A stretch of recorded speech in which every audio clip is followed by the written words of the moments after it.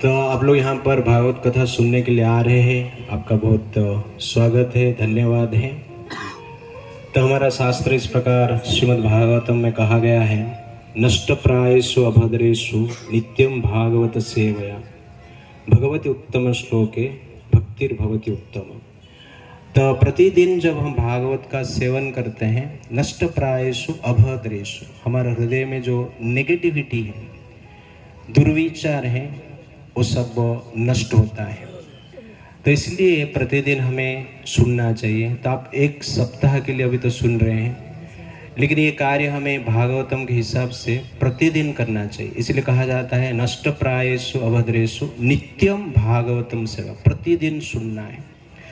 तो भारतवर्ष में, वर्तमान समाज में आप देखेंगे कि हर व्यक्ति के पास फैसिलिटी वाइज सब कुछ है, कंफर्ट्स वाइज सब कुछ है, फिर भी लोग जनरली फ्रस्ट्रेटेड है।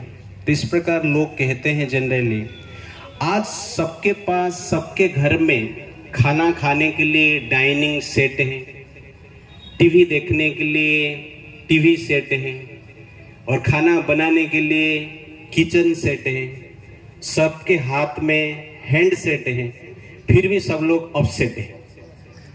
तो सब लोग अपसेट क्यों हैं? तो आप लोग के पास भी ये सब कुछ है, फिर भी हम अपसेट हैं।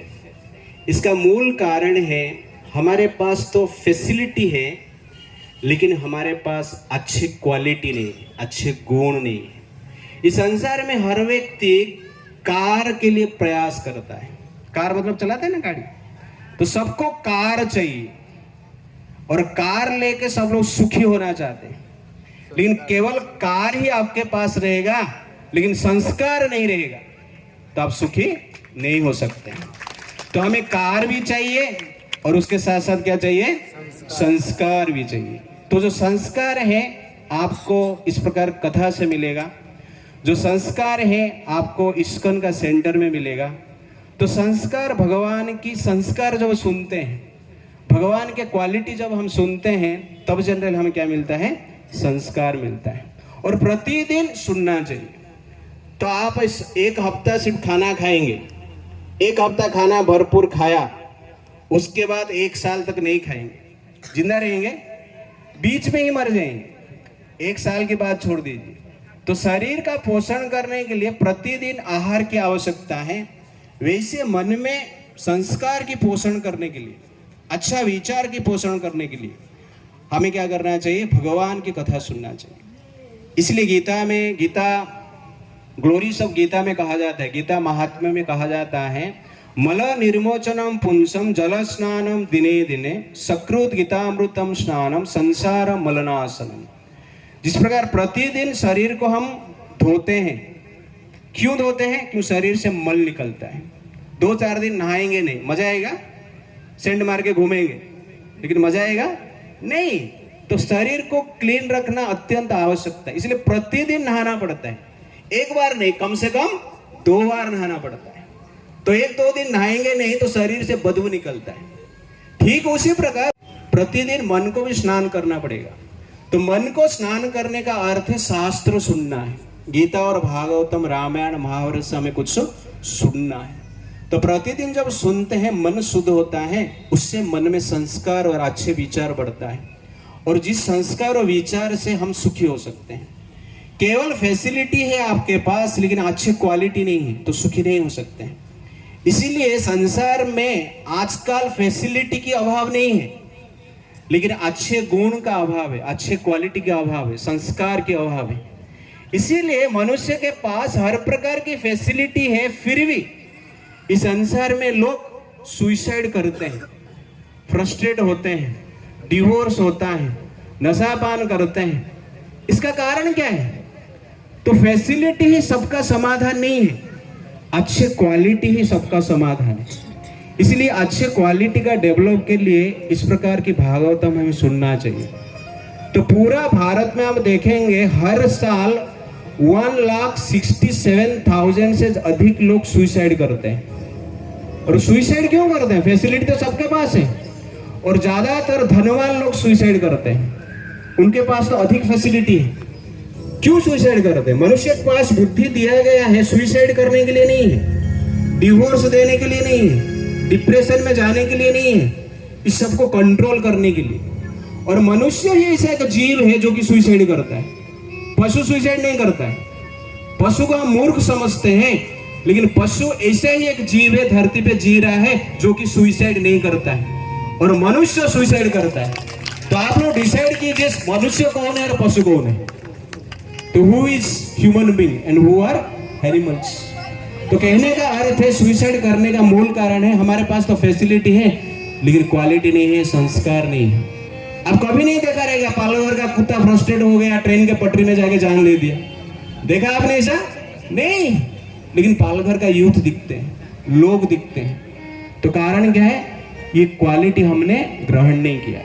इसलिए क्वालिटी को प्राप्त करने के लिए रोज सुनना पड़ेगा। एक हफ्ता ठीक है, बट प्रतिदिन सुनना पड़ेगा। इसके लिए डिफरेंट सेंटर से प्रोग्राम्स होता है, यहाँ पर भी होता है अनेक सेंटर में, आप लोग वहाँ पर जाइए। और स्पेशल यहाँ पर मैं देख रहा हूँ कि यूथ नहीं दिख रहे हैं, सब माताएं दिख रहे हैं और प्रभु जी से दिख रहे हैं, ज्येष्ठ दिख रहे हैं, लेकिन कोई बालक तरुण नहीं दिख रहा है, यहाँ पर बहुत कम दिख रहे हैं। तो इसका कारण क्या है?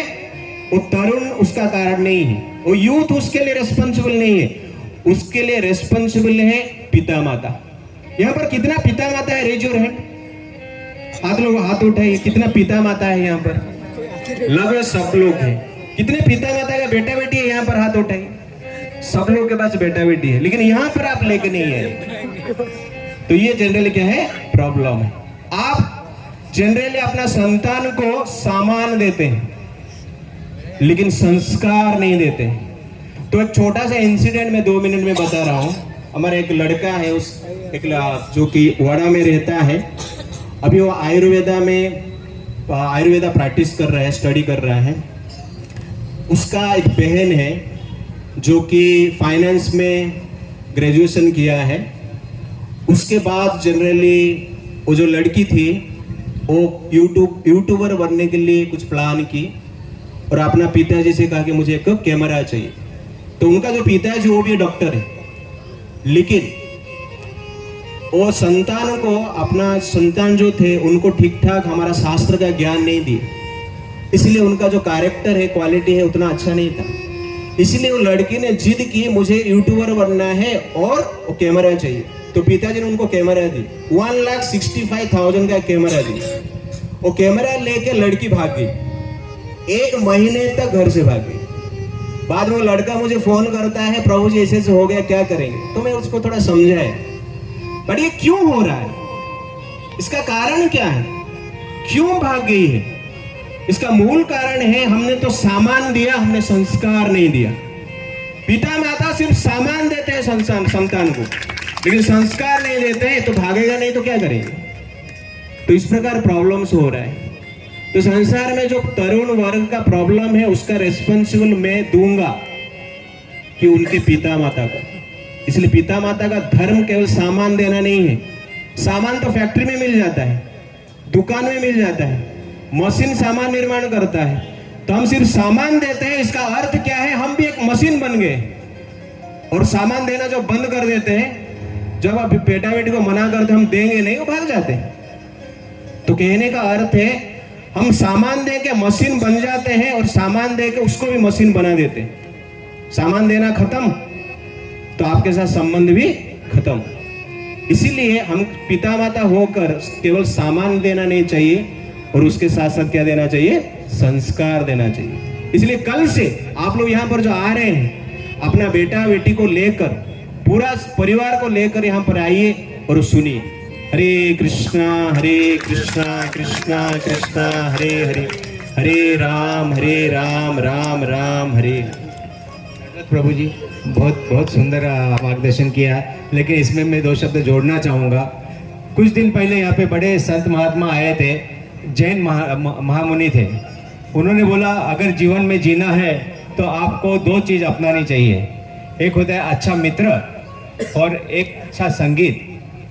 तो मैं सोच रहा था कि अच्छा मित्र और अच्छा संगीत क्या होता है। आज मुझे मालूम पड़ा कि जैसे इस्कॉन है या जो भागवत गीता है या अच्छी अच्छी किताबें हैं, वही अच्छे मित्र है या जो भी है अच्छे हैं, तो उनके साथ लेना चाहिए। और अच्छा संगीत जो भगवान का नाम दे और सब ये भजन कीर्तन हो, ये अच्छा संगीत है, तो आई थिंक ये दो चीज़ बनाना बहुत ज़रूरी है। ऐसा हम लोग का जरा साधारण हमारी बुद्धि है, वही हिसाब से मैं सोच रहा हूँ।